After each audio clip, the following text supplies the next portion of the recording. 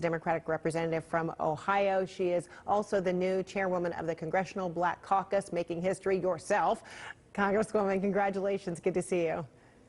Thank you. It's my honor. Good to be on your show, Fredricka. Wonderful. So glad you could be with me. So tell me what this has been like. I mean, what that moment of the swearing in for Kamala Harris has said and what it is already doing. Well, first, let me just say, on the day of the inauguration, being able to be there and knowing that millions of individuals were watching, all of the energy, the excitement, and the enthusiasm. But it sends a strong message about our country that a Black woman can be Vice President of the United States. And it means that now women and girls all over the United States, all over the world, will be watching, and they too will have endless hope that they too can govern and run a company, a corporation, or anything that they want to do. Also, as a member of the Congressional Black Caucus, to have another one of your members to be the vice president. Also, it opened doors for us as we talk about our power and our message.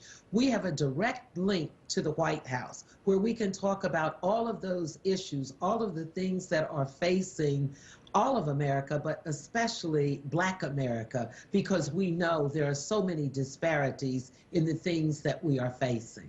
You talk about the inspiration for little girls, you know, of color. And really, you know, we look at some of the pictures of little girls who were standing in front of the television set, you know, with their hands, you know, raised as if they were being sworn in. And, you know, it too represents the gamut of color and backgrounds. It's not just little girls who are Black and brown, but it's little boys, it's kids who are white, you know, who are inspired by that moment. And I think about, you know, my son is now 15, but you know, he was able to grow up and watch the swearing in of a Black man as president in Obama. And now my little girl, who's 8, is, you know, emblazoned with the image of seeing a Black woman being sworn in as vice president. I mean, what does this say to children of all walks, of all colors, about the possibilities? And this generation of kids, they will always know that a Black man or a Black woman can be in the White House.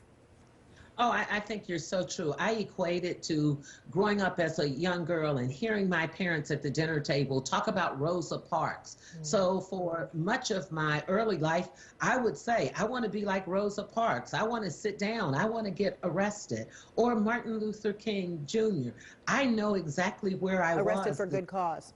The day, exactly. Arrested right. for or the day that Martin Luther King Jr. died. So I think, like you, for my 2 grandbabies, Leah and Spencer, they're looking at the TV, and for them, it's natural. Yeah. She's looking up at her mother, and she's saying, that's me. I can do that.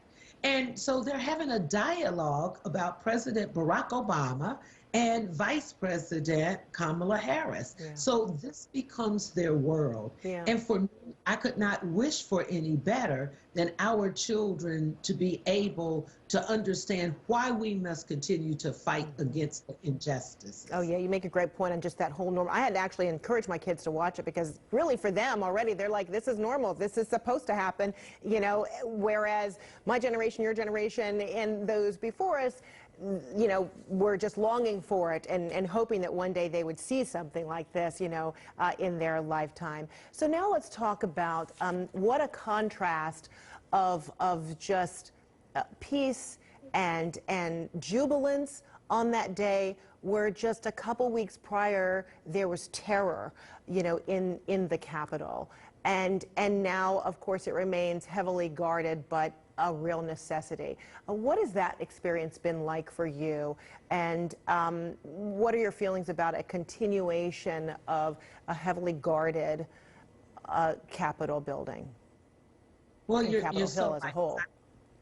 As I reflect back on what we've gone through from January the 6th, from insurrection to impeachment to inauguration, we have gone through all of the phases of how we now want to have hope and opportunity and change, because we have a president and a vice president who understands everyday life. They understand hurt and death. They understand fighting against the odds and winning.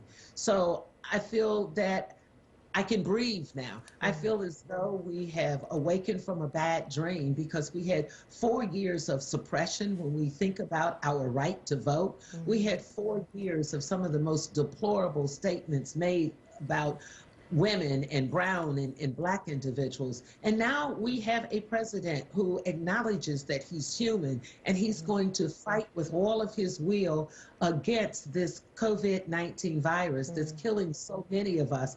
And he has been bold and brave enough to acknowledge that it was black people who had his back, and now he will have our back. Establishing a racial justice and equity team, putting Ambassador Susan Rice over that team, is amazing for us, because it's going to go through every agency in cabinet.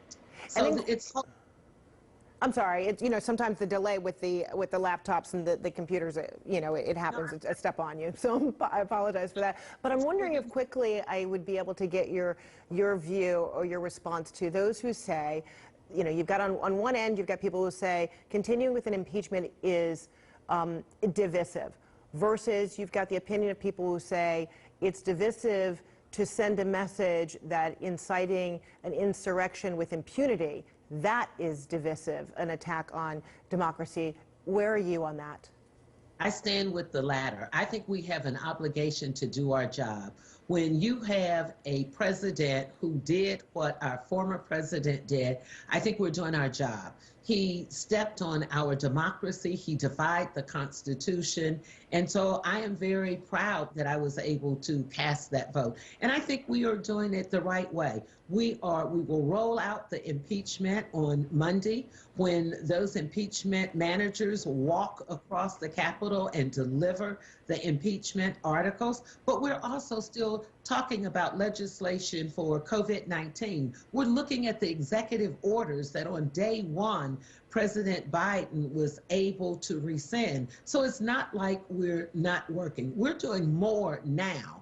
And we have done more in the last 3 days than we were able to receive in the last 4 years. All right, Congresswoman Joyce Beatty, thank you so much. And again, congratulations.